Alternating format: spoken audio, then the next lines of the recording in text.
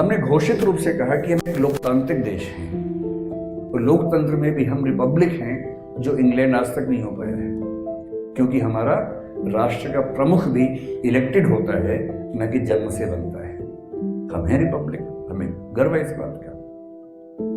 हमने ये भी कहा कि हम मूल अधिकार लिख के देंगे, जो अमेरिका जैसे कुछ देशों को छोड़कर आज तक कोई लिख के नहीं दे पाया है, पर हमने एक एक व्यक्ति को मूल अधिकार लिख के दिए।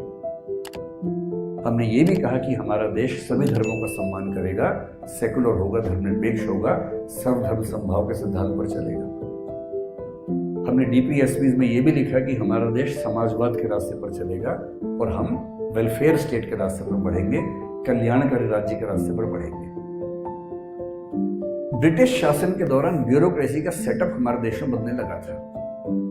एग्जाम भी होने लगा था। एग्जाम के लिए 21 साल से कम उम्र में इंग्लैंड जाकर परीक्षा देकर पास होना होता था, जो भारत के आम आदमी के लिए असंभव था।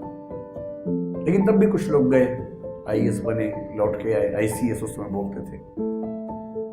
पर ब्रिटिश नौकरशाही का पर्पस क्या था? उनका पर्पस यह था कि हमें ऐसे लोग चाहिए जो भारत के संसाधनों को लूटने खसोटने में हमारी मदद करें। यहाँ के संसाधन लूटें, इंग्लैंड लेके जाएं और उसके लिए जो सबसे योग्य लोग हैं वो यहाँ के कलेक्टर बनेंगे, आईसीएस बनेंगे। वो लाट साहब थे, वो सिविल सेवक नहीं थे, वो समाज सेवक नहीं थे।